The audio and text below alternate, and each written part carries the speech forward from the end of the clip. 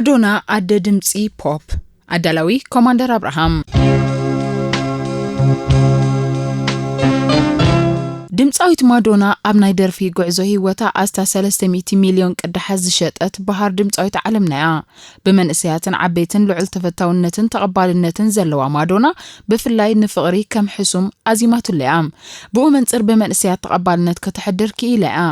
ነዚ ዘብቃዓ ምኽንያት ከዓ ከም ጸሎት ኣብ ልቢ ከም ኩሕሊ ኣብ ዓይኒ ከተሓድር ስለዝኽኣለት እዩ ደርፊ ኣብ ዝጀመረትሉ እዋን ስራሓታ ካብ ደቂ ዓዲ ሓሊፉ ንዙርያ ዓለም ግዜ ከይወሰደ ዝኾለለ መረዋሕ ድምጺ እዩ ማዶና ኣብ ጉዕዞ ህይወታ ብዙሕ ሕላኽላኽ ሽግራትን መሰናኽላትን ሰጊራ ኣብ ባሕሪ ስነ ጥበብ ዓለም ክትሕምብስን ክትኣቱን ዝኽኣለት ሳዕሳዒት ተዋሳኢት ድምጻዊት እያ ኣዲ ኣጌና ብንእሽቶ ኣጓል 5 ዓመትን ከላ ብሕማም ጡብ ካንሰር ብሞት ስለዝተፈለየታ ግን ምስ ደናግል ክትዓቢኣ ተገዲዳ በአባላት ስድራአ እናተኣለየት ድማ ኣብ ቤተ ክርስቲያን ካቶሊክ በትምህርቲ መዝሙር እናተኸስከሰት ስለዛዓበየት ንናይ ስነ ጥበብ ህይወታ መንጸፍ ዝገበረ ዓበባይታ ክፍጠረላ ክኢሉ እዩ ብድሕሪ ማዶና ህይወታ ንምምራሕ ከም ኣሳሳይት ማለት ወይተር ተቆፂራ ክሰርሕ ስለዝጀመረት እቲ ቦታ ንጥበብ ውሽጣ ከተለልውን ኣኽኢልዋ እዩ ማዶና ጓል 16 ምስ ኮነት ንባህ ግልባጥ ጽኒላ ክትሰምዖ ጀመረት ጎኒ ናይ ወይተር ስርሓ ድማ ኣብ ንጥፈታት ደርፍን ሳዕስዒትን ክትነጣጠፍን ክትለማመድን ጀመራት ስርሐይላ ክትተሓሓዞ ከም ዘለዋ ድማ ድምጽ ልባ ሕሹኽ ክብላ ተፈለጣ ትደርፎም ዝነበረት መዛሙርን ደርፍታትን ከም ኣሳትያ ገመል ኣብ ማይ ምድረ በዳ ሕንፍፍ ከተብሎ ተራእየት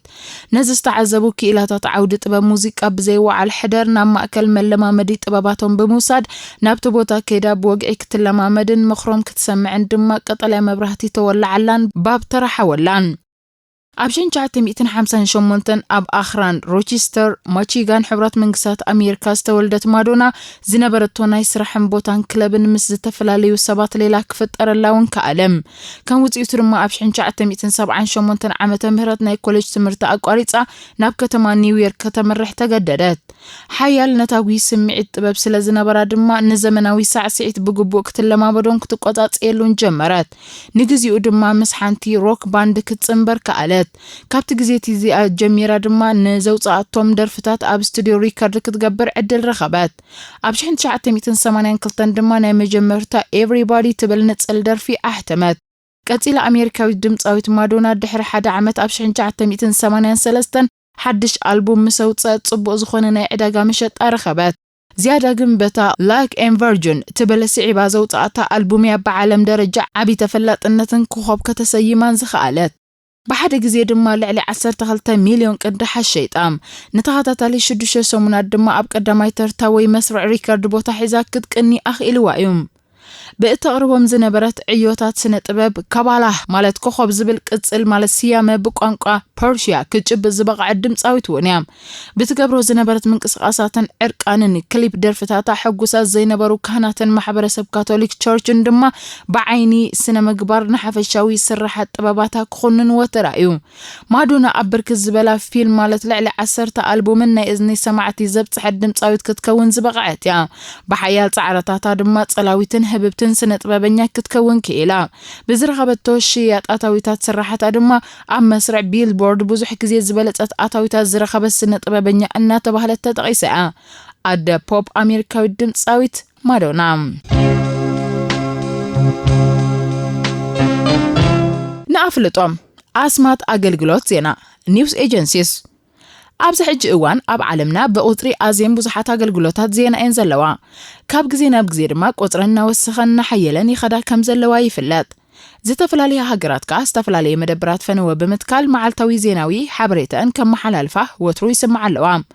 زلنا يجزير ما جزي عولما بمخانو كم يحر مرقة أو وشتي حتصير جزين زقات أما زينا وفتساميتا سنيدا ناب إذن عين تعذبتي بقلتو في يبصح اللوام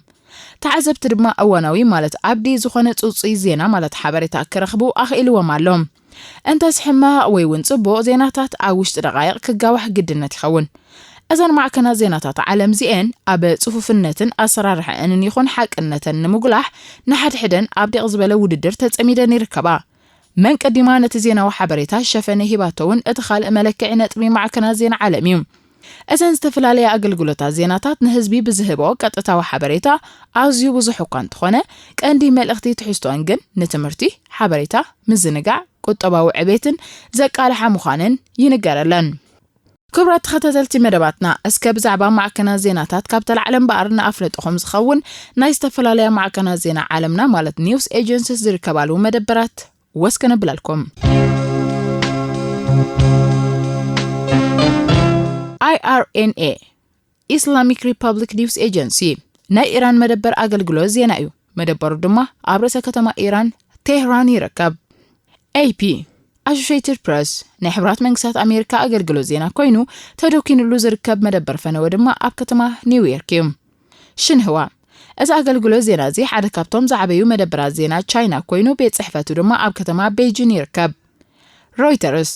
ካብ ዝዓበየ ኣገልግሎት ዜና ናይ ዓዲ እንግሊዝ ኮይኑ መደበር ድማ ኣብ ከተማ ለንደን ተደኪኑ ይርከብ።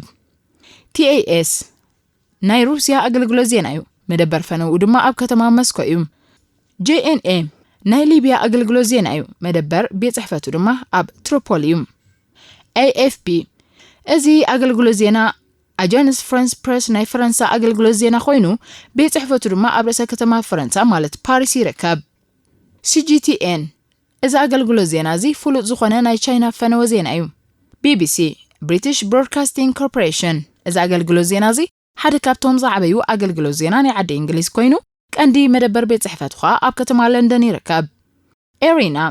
Eritrean News Agency ናይ ኤርትራ ኣገልግሎት ዜና ኮይኑ ኣብ ርእሰ ከተማ ኤርትራ ማለት ኣስመራ ድማ ተደኪኑ ይርከብ።